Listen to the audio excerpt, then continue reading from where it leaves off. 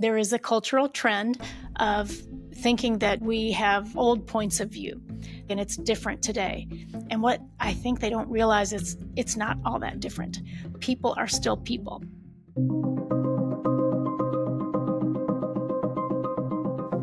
Welcome to Frontline Women, a show dedicated to women on the leading edge of change and culture renewal in America. I'm Dalisia Coppersmith, and I'll be your host and guide as we explore emerging issues and opportunities for women to lead side by side with men every day.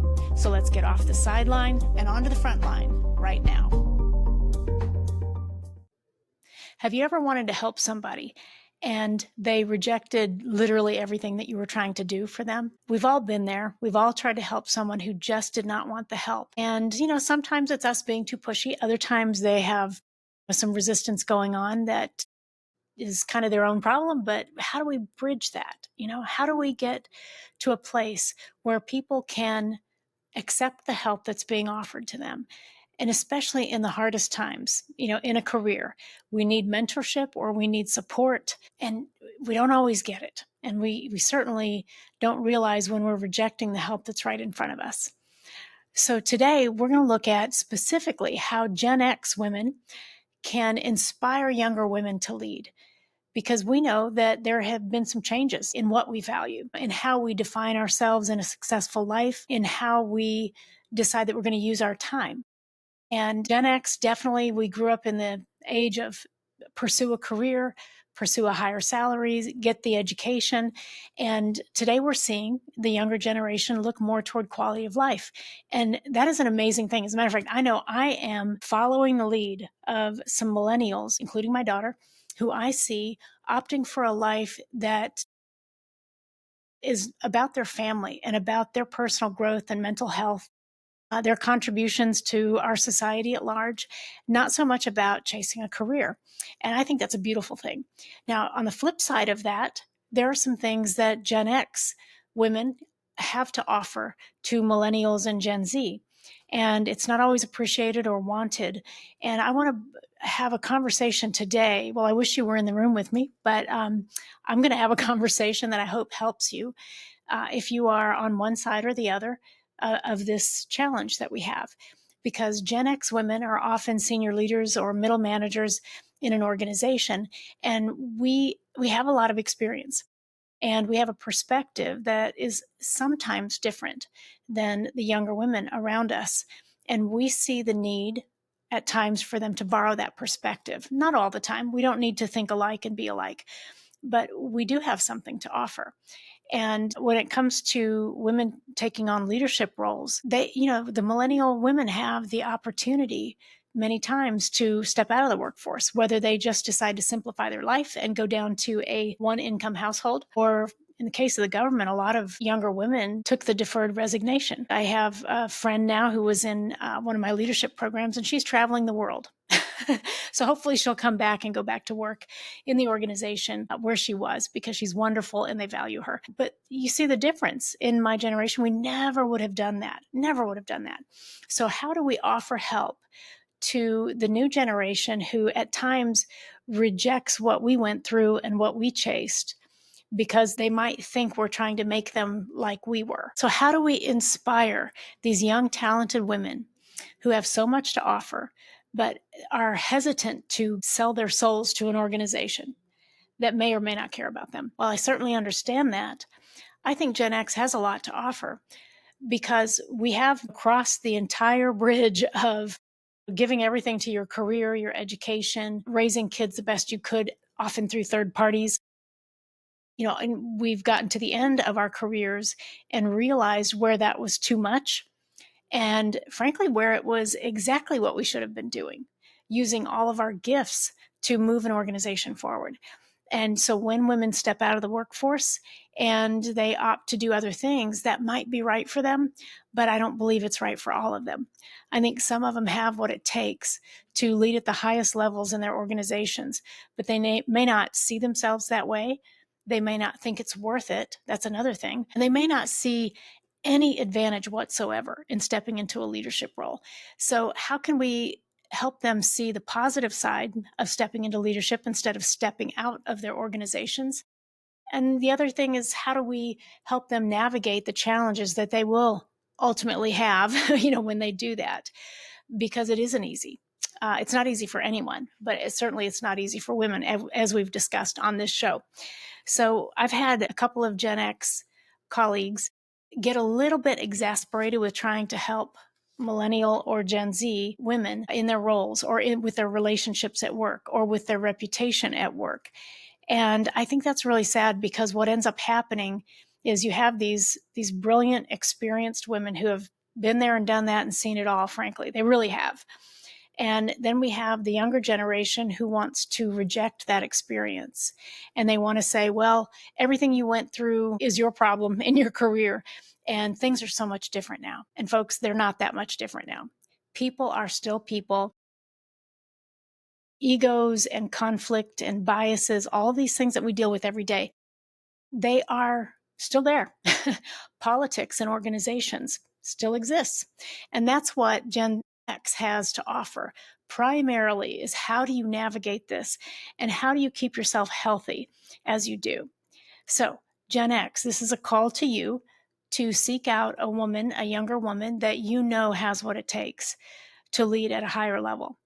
And before she decides to go home and make her sourdough starter, before she goes home and decides that gardening is her number one pursuit in life, let's just ask her to stop and consider where all of her gifts could be used, and how she can still do those wonderful things. She can still make the sourdough. She can still have the garden. And she can also still lead an organization and make a comfortable living and still take care of her kids. There'll be years where, we all know this, where you have to step away or kind of like ratchet down the effort because you're raising your kids. Then there are years when the kids are doing great and you can build something for yourself. You can build a career that gives you the lifestyle that you want and that uses all of your talents. There's a place for you to lead at a higher level. So I love helping women reframe and take care of themselves and figure out the best way for them to do their job, because they don't have to do it like the man before them who was in the job. If you, for example, have ever seen somebody follow into a leadership position, a man who traveled all the time or who worked 16 hours a day, that is a very tough, almost impossible act to follow, especially if a woman has children, has a spouse, has a life.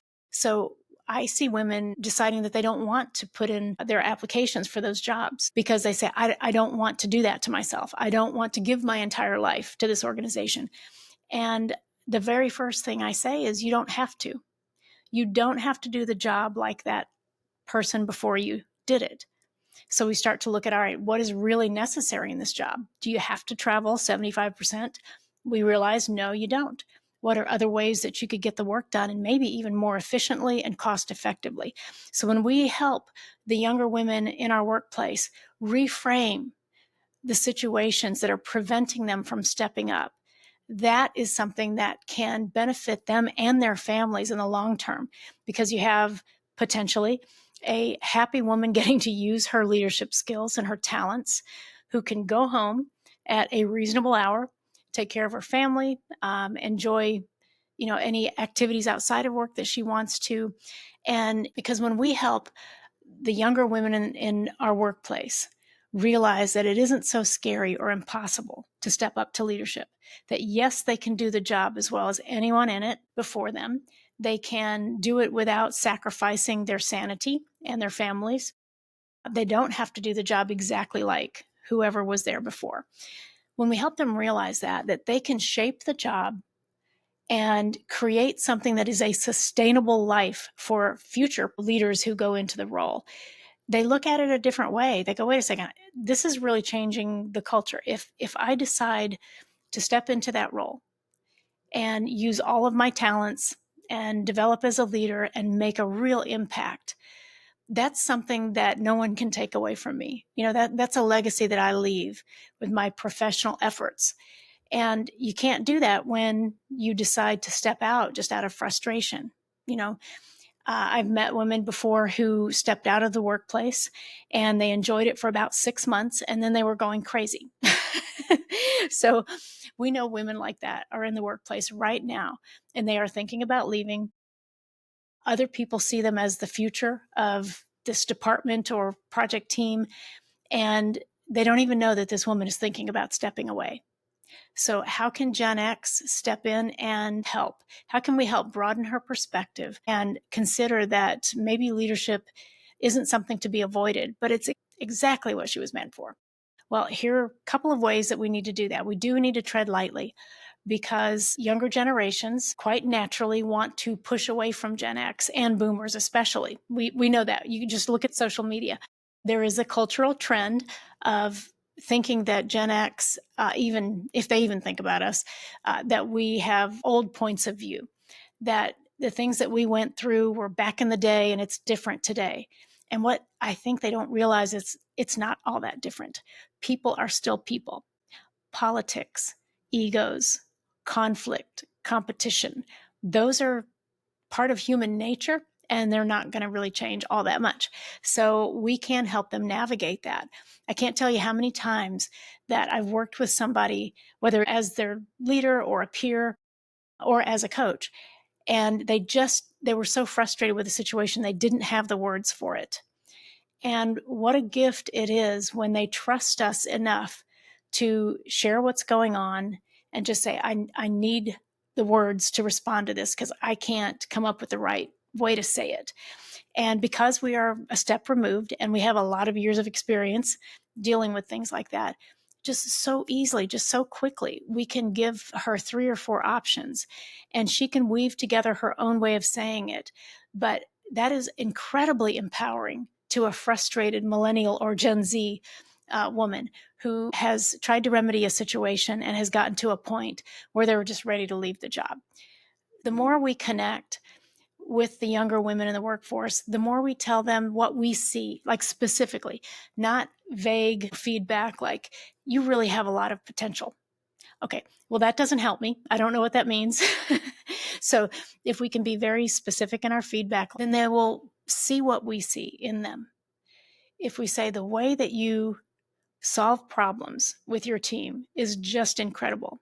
You have a way of guiding the group to a shared perspective. You have a way of reminding everybody what the goal is, keeping the eye on the ball, and you facilitate decision making that includes all perspectives. Ultimately, when you're involved, it seems like we make the right decisions. That is something that is incredibly important in our organization at higher levels. So what are you thinking for your career? Where would you like to apply your talents? We don't usually have conversations like that with our bosses. They might ask us, what we want to do in our careers, but that's about it. But feedback like that pinpoints their challenges, that's incredibly important because it's not us coming in with advice. It's most important that this woman that you're talking to really feels like you see her, that you respect her. So if you want to help somebody, don't come in as the savior. Come in as a guide, a supporter, a coach, but you are on the side. She's in the lane, you're on the side. And I think that's the mindset that we need to go in with. We aren't pushing them, we're not telling them, we are the guide on the side. So that is the first thing. Show respect and build that trust with her. The second is we do have to realize that she may reject the advice that we give or the suggestions that we give because of this cultural phenomenon about resisting older women. And we've talked about this in the podcast before, whether it is about maternal triangulation or paternal approval seeking. The one thing that I haven't talked a lot about is Electra complex. It's where sometimes daughters will become very competitive with their mothers. I realize that the women in our workforce are not our daughters. We don't need to look at them that way. But I'm saying that there is this natural evolution of, I don't want to be told what to do. I don't want to need, this maternal figure. I want to be independent. I want to be respected independently. And frankly, I think I'm better than the prior generation. So just realize that there is that dynamic that is in play as well. And nobody's really thinking about it. Nobody's going to acknowledge it. And you certainly shouldn't call it out because you could be wrong. If social media is right, that sentiment is alive and well because there's a lot of dissatisfaction in mother-daughter relationships between millennials and Gen X and boomers. It's difficult to be an experienced woman who wants to help and just kind of have the door shut in your face. And then we watch them go into the buzzsaw of life. And we tried to tell them, we tried to help them, but they didn't want to hear it. And so I've realized the error in my own ways at times when I did too much advising or telling, and it doesn't work. And so the best thing that we can do is show her that we respect her, know for sure that she does not need us. The answers are inside of her, but it is helpful to have a guide on the side. It is helpful to be able to vent and process things with someone. So if you can put yourself in the coach role, not in like the role of the boss or the mother, for sure, she's more likely to receive your help. But that foundation of respect and trust has to come first. So why should we bother? Because a lot of us are at the top, or you could say the end of our careers, and we could just ride off into the sunset and say, hey, good luck, ladies. You know, we could just call it a day and say, hey, we tried to help them, they didn't want it. It's still worth it. It's still worth it because, you know, my mission is to get more women to step up and lead. And if we don't do that, then fewer and fewer. If we, Gen X women, don't intervene, we're going to see more and more women step out of the workplace, step out of leadership, and our organizations and our governments are going to suffer because they don't have women's perspective and talents at the table. And so they have less qualified people taking those roles. So when we see talent, we have to reach out, let them know that we see it, be very specific about that, and show them that we respect and value their talents and we see a place for them in leadership. And then the next piece of the conversation is, yes, leadership is difficult, but it's also incredibly rewarding. The moments when we can lead a team or an organization to something great, you can't replace that. For a lot of us, we educated ourselves, went into a profession, and rose to some level of leadership because it was rewarding. It was really rewarding.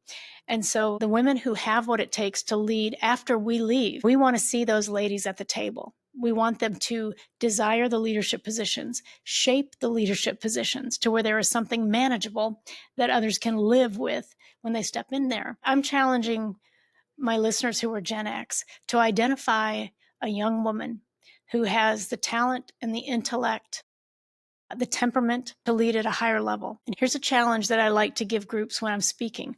I will ask them to get their phone out and think of that woman who has everything that it takes to lead at a higher level, and turn their phone over and start a text message or a chat if you have a chat app that you speak to her in.